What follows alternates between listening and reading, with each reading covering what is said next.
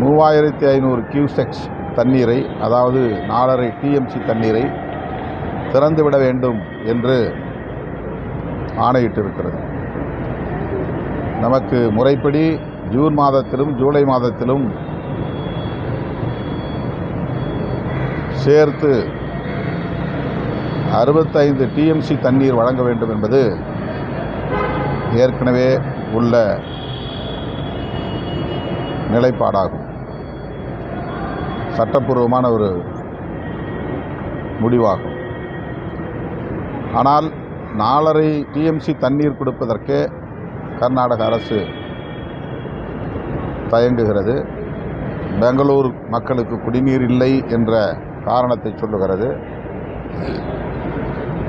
இந்த நிலையில் தமிழ்நாடு முதலமைச்சர் கர்நாடகா செல்லுவதாக தகவல்கள் வெளியாயின. 3ஆம் தேதி கர்நாடக முதலமைச்சரை தமிழ்நாடு முதலமைச்சர் சந்திக்கப் போகிறார் என்ற தகவல் வெளியானது. தமிழ்நாட்டை சார்ந்த பெரும்பாலான விவசாயிகள் சங்கமும் சில அரசியல் கட்சிகளும் கர்நாடகா செல்லுவதை தவிர்க்க வேண்டும் என்ற வேண்டுகோள் வைக்கப்பட்டது. ஆனாலும் முதலமைச்சர் திட்டமிட்டவாறு கர்நாடகா செல்லுவதாக, பெங்களூர் செல்லுவதாக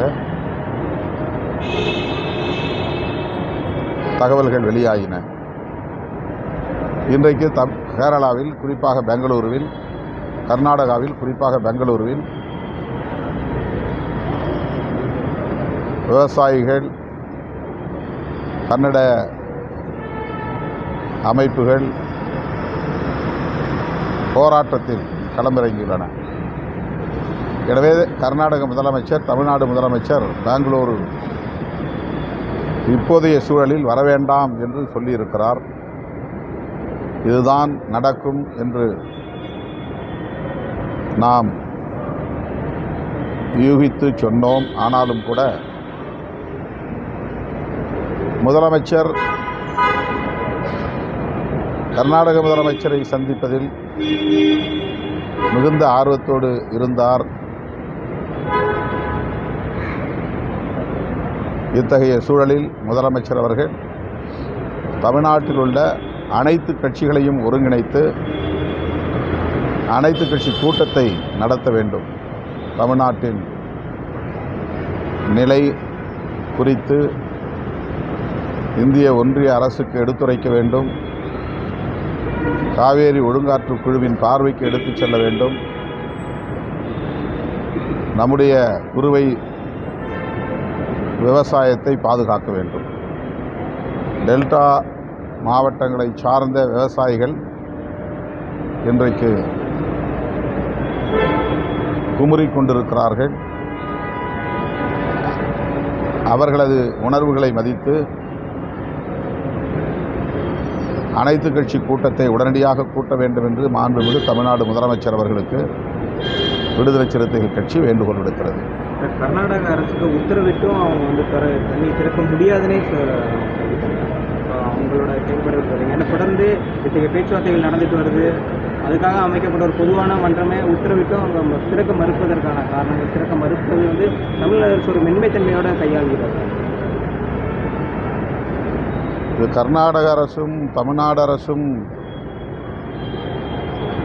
ஒருவருக்கொருவர் தங்களது வலிமையை காட்டுவதற்கான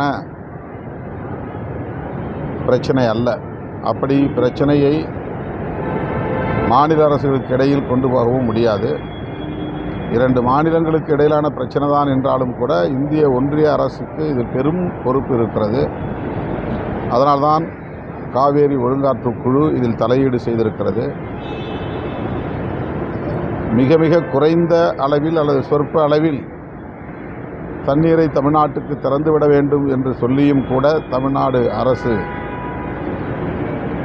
தமிழ்நாட்டு மக்கள் முன்வைத்த கோரிக்கையை, காவேரி ஒழுங்காற்று குழு வெளியிட்ட ஆணையை